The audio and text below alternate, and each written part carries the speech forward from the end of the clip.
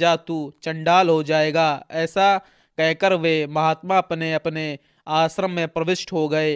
तदंतर रात व्यतीत होते ही राजा त्रिशंकु चंडाल हो गए। उनके शरीर रंग नीला हो गया, कपड़े भी नीले हो गए, प्रत्येक अंग में रुक्षता आ गई, सिर के बाल छोटे छोटे हो गए, सारे शरीर में चिता की राख सी लिपट गई, विभिन्न अंगों में यथास्थान लोहे के गहने पड़ गए।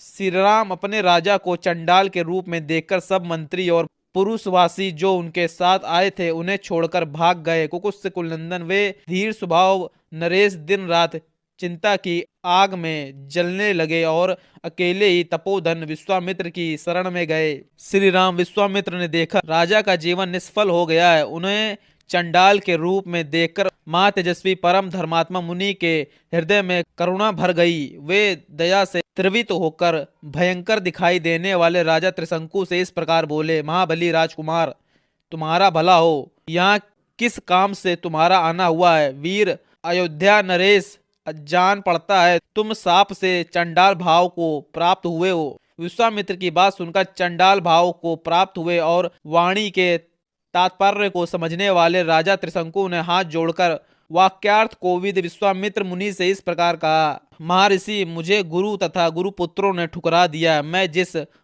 मनोभिष्ट वस्तु को पाना चाहता था उसे ना पाकर इच्छा के विपरीत अनर्थ का भागी हो गया। सौम्य दर्शन मुनीश्वर, मैं चाहता हूं कि इसी शरीर से स्वर्गलोक को जाऊं, परंतु ये इच्छा पूर्ण ना हो सकी। मैंने सैकड़ों यज्ञ किए हैं किंतु इनका भी कोई फल नहीं मिल रहा है।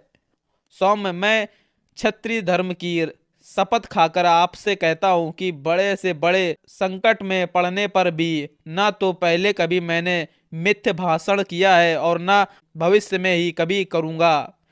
मैंने नाना प्रकार के यज्ञ का अनुष्ठान किया, प्रजाजनों की धर्मपूर्वक रक्षा की और शील एवं सदाचार के द्वारा महात्माओं तथा गुरुजनों को संतुष्ट रखने का प्रयास किया। इस समय भी मैं यज्ञ करना चाहता हूँ, अतः मेरा ये प्रयत्न धर्म के लिए ही था।